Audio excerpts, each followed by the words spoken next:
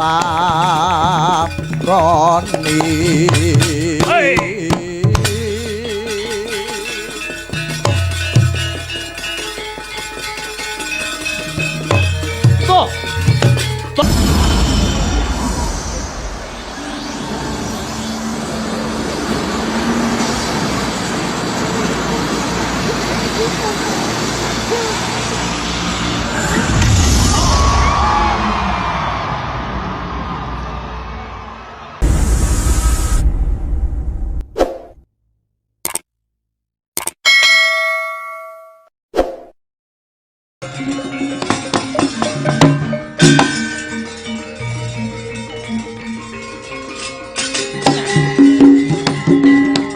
kinutang kutang tansah bisa lelati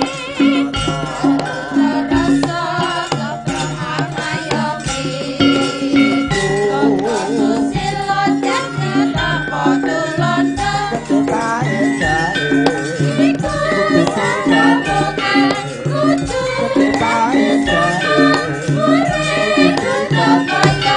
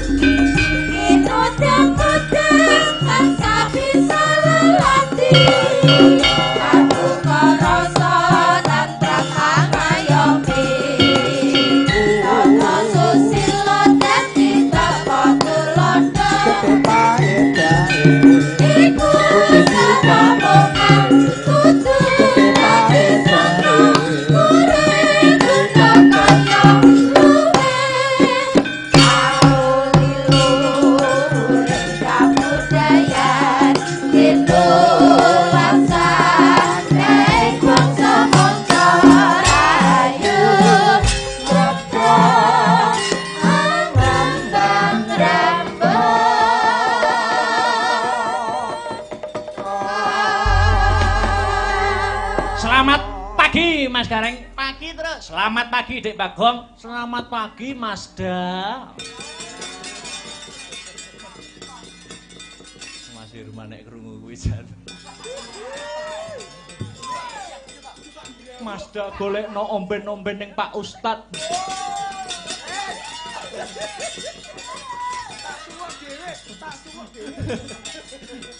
Wong Ustad nek lara marang nggonku kok. Alhamdulillah wa syukurillah wala haula wala quwata illa billah amma ba'du. Ketemu ana season 2 paret songo goro-goro, ngene. Goro-goro saka tembung rogoh-rogoh rasa. Sak rampunge nindakake kewajiban poso sesasi muput, rasane diempakne, pikire kudu saya disemelehke. Poso ki mengko arti apa Mas?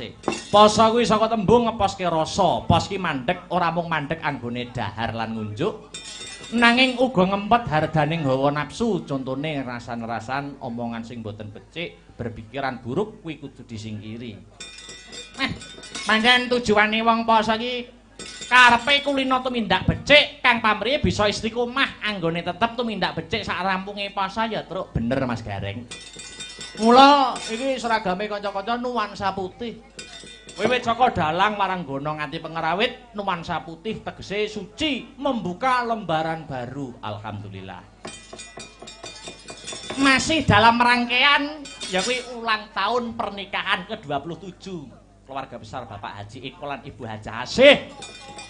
Mugi-mugi usahane Bapak Haji Eko, Bapak Haji Eko Syahroni.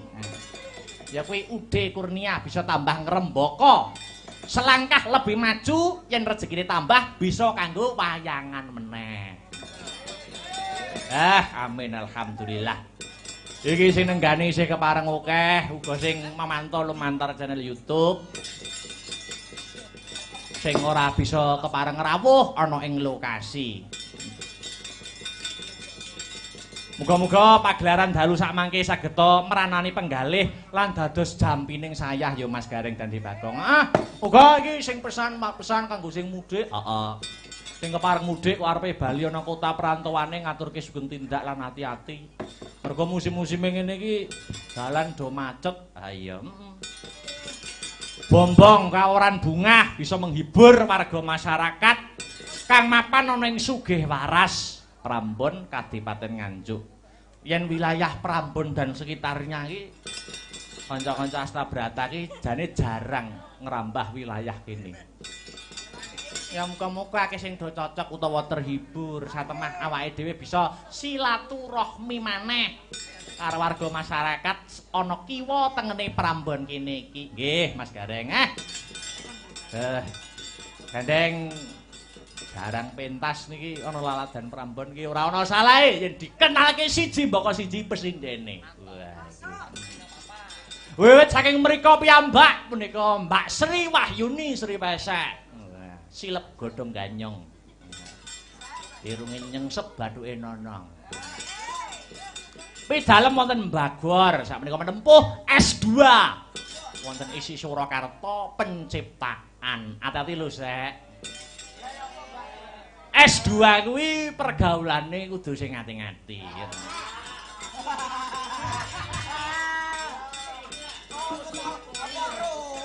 Becik karo sesama mahasiswa dan becik sesama dosen. Allah. Aja banter-banter lo ya. Kudu ngati-ngati. Ya. Jagang jero beteng kantil. Mergo arep kaya ngapa, arep S1, S2, S3 sing jenenge bocah, pedalangan ya ora bocah, sing wong barang kuwi nek pedalangan kuwi tidak murung jlundrunge perkara konoan.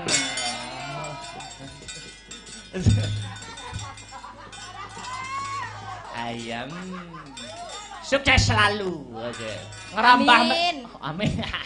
Ora ikhlas. Sakmenika nglerek sandingipun menika Mbak Anistia Ayu Enggarsari. Menika nyambut guru. Guru mutan. Pripun? Guru mutan. Ngemut. Oh, ora.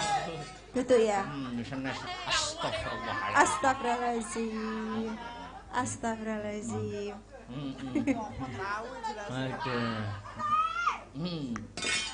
Mereka mulang SMP wonten SMP 6 Nganjuk.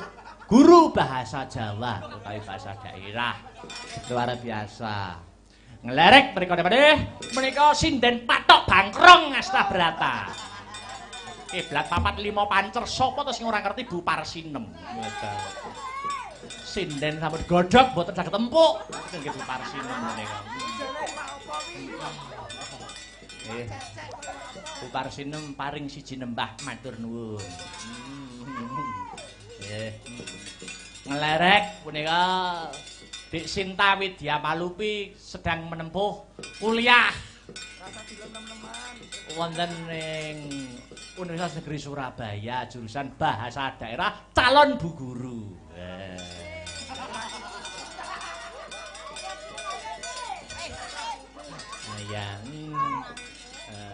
Ngelerek samenipun menika sinden gawan tukang son.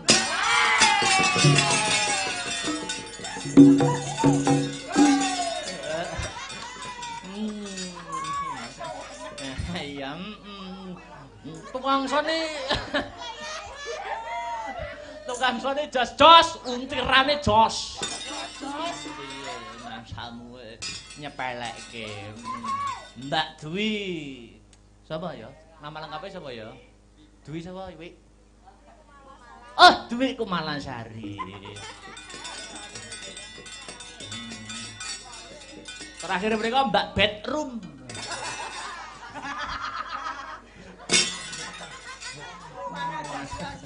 Betrisian. Ngenyek, nanang guyone ngenyek. Wah, kurang ajar. Wayahe diunggahke engko. Unggahke terop Mas Teh. Lah terakhir menika Dik Niken Salindri.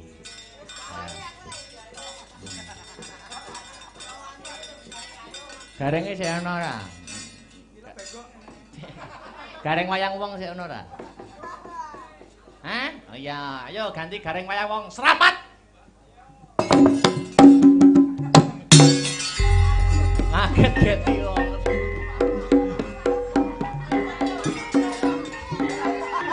Lagi lho. Jirep.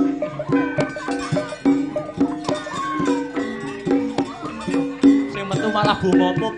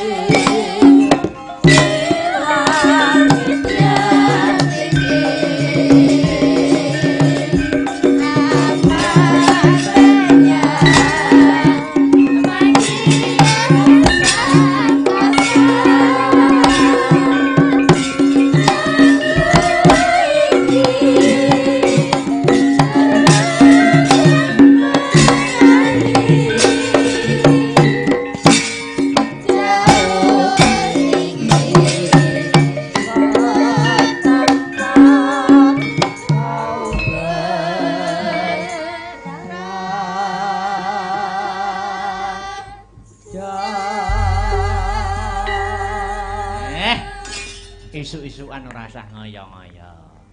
Nggih. Alhamdulillah dandan pindho. Dandan pindho. Tapi ya raiku mang bujat. Lho bintang tamu profesional iku ngono kuwi. Oh. Dagelan-dagelan kakung. Ngono kan Nggih. nak biasane limbukan karo goro-goro kan ganti pakaian. Oh, nggih. Ya gorek ngono jenengan gareng ya nggo rias tok kowe kok. Ya rias ning angel lho iki, Pak. Oh angel to. Angel. Saiki kudu dijlembret-jlembret nggih ngono to. Lembret-lembretno ya kedhe ora apa. Masih dalam rangkaian Nggih. anniversary. Gitu. Iya. Ke 27 tahun Bapak Haji Eko Kang Sarto Ibu Hajah Asih ndongakne napa Mas Gayeng. Ndongakno mugi kemawon Hmm. tansah ayem tentrem anggenipun rumah tangga, kathah rezekinipun, tansaya jaya ngrumbaka usahanipun. Sharing mawon Mas Gareng, bagaimana tips rumah tangga agar ayem tentrem itu? Tips Mas Gareng itu gimana? Niki tip kagem temanten, kagem sinten kemawon.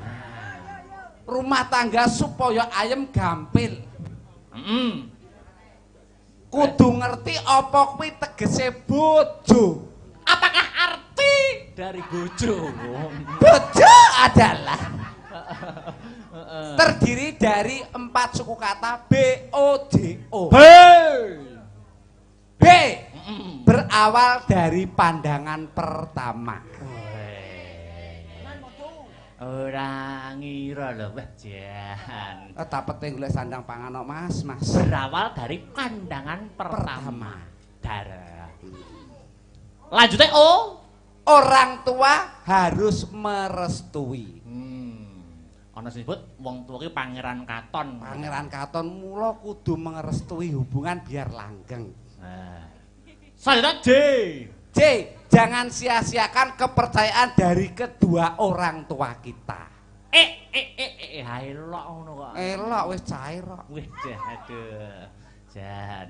Terakhir O. Oh, oleh karena itu jadikanlah pasanganmu sehidup semati. Luar biasa. Kasih tepuk tangan Mas. Apa artinya tepuk tangan tanpa saweran? Loh. Ini lagi Lah sing tepuk tangan pajak lho, sapa sing arep kei saweran? Kowe njaluk sawerane yoga kok ya mentolo. Lah ya, di mana harga diri seorang gareng? Malu dong. Kowe iki wis joget dikendangi wis matur nuwun. Joget diringi wis matur nuwun. Kok njaluk yo njaluk dibualang balungan piye kowe? Pangapunten Pak Dalang. Nggih. Lah kok kula ken dalang niku pripun? Lho. Sing takon balang kanca-kanca kok. Kanca-kanca menika. Heeh. CS Danten. Woh. Sing pengendange anak lanang. Heeh. Iso mben sing maleni ya aku. Kaya iso. Iso ngono maleni ngono kaya. Ya macak gareng ngono kuwi. Ya ora ya macak apik. Oh iya. Ah, dadi gareng ki rekoso lho, Mas. Heeh. Teko dok renek wong kenal, renek wong manggakne. Ah ya kan rupane asing to, kan gitu kan kulinane berai putih. Raine dhewe kono rai. Iya, menyelam sambil minum Air. galon, ya. Ki ana Mas Nanang. Mas Nanang. Ayo. Becike ditanjak. Ayo ora ketang sak bawa-bawa ngono. Wis ngeceti aku wae. Sudah sampai lokasi bos. Bos. Jam 7. Ayo. Mas Nang, adalah. Piring Nang, piring iki kene. Sego pecel apa rawon kuwi? Ah, piye to Nang? Awas. Engko nek rawon rasa sikil lho engko. Wetenge ra melemare. Ayo. Jane karo Pak Eko lampune wis dibiarke lho. Masyaallah. Nang, Nggih. lampune wis mekat. Sing ndak empan dopku kok nyalahke nggone Pak.